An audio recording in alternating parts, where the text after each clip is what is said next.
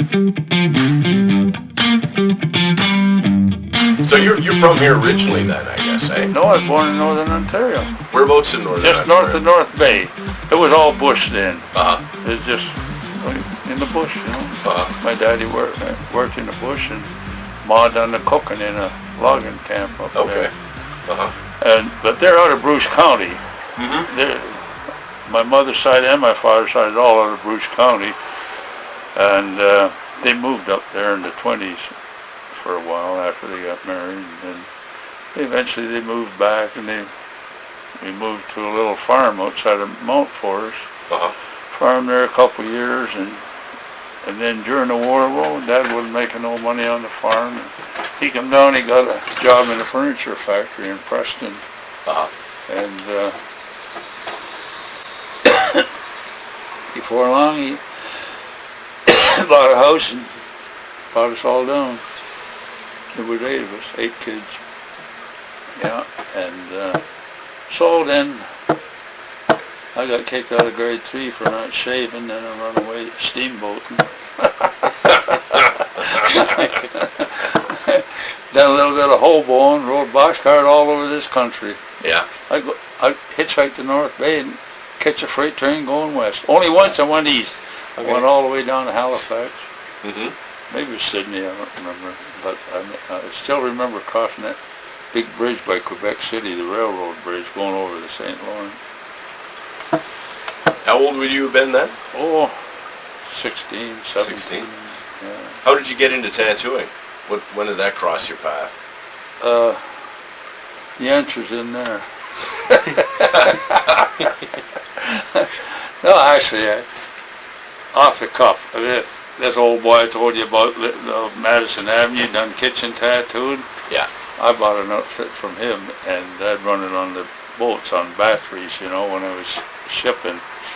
That way, if you screwed a couple up, it didn't matter because you get off at the next port. Jump ship. Yeah. And then I got tired of working for a living, and I thought, well, shit, I'm gonna hang my shingle up. Hell with steamboating. That's a lonely life, sailing, you know. Yeah. You know, we used to be 32 days at sea from Vancouver to Melbourne, Australia, you know. Yeah. It was nice for a while, but you get damn sick of that. At least I did. Mm-hmm. Some people never get tired of it. They never do. Well, I did. Ain't no women out in that water. That's all bullshit about them mermaids. I've never seen any out there. That's a crock. Jesus Christ. I looked night and day. I didn't see anything. Yeah, just waves. So where was the first place you opened up a shop? In Toronto. Oh, in Yeah, Toronto. down with King or Queen. I think it was King East. Now they call it the Moss Park Project or area or something. That's where I was. Okay. Went there 2 years. I was in Wasaga Beach 2 years. I was in Alliston for a year or two.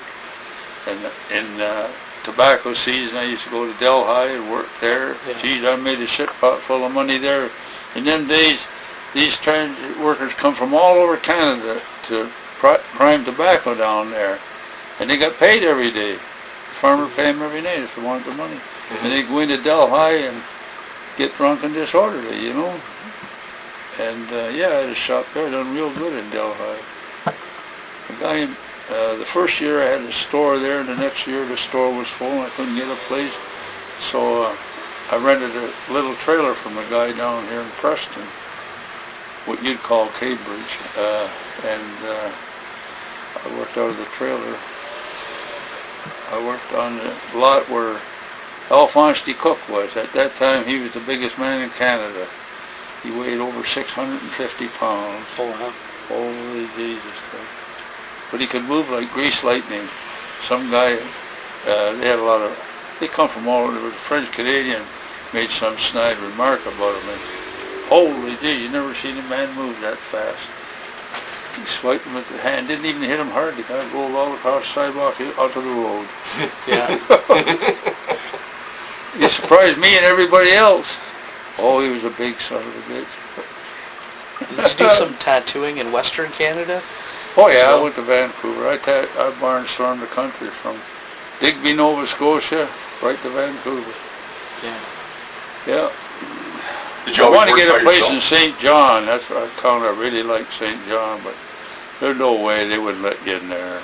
Yeah. I guess it's changed now, but in them days there was no way you're going to open a shop in St. John. In them days it was tough. What do you know about Doc Forbes? Like, when you know... Oh yeah, I knew Doc pretty good. He'd come in.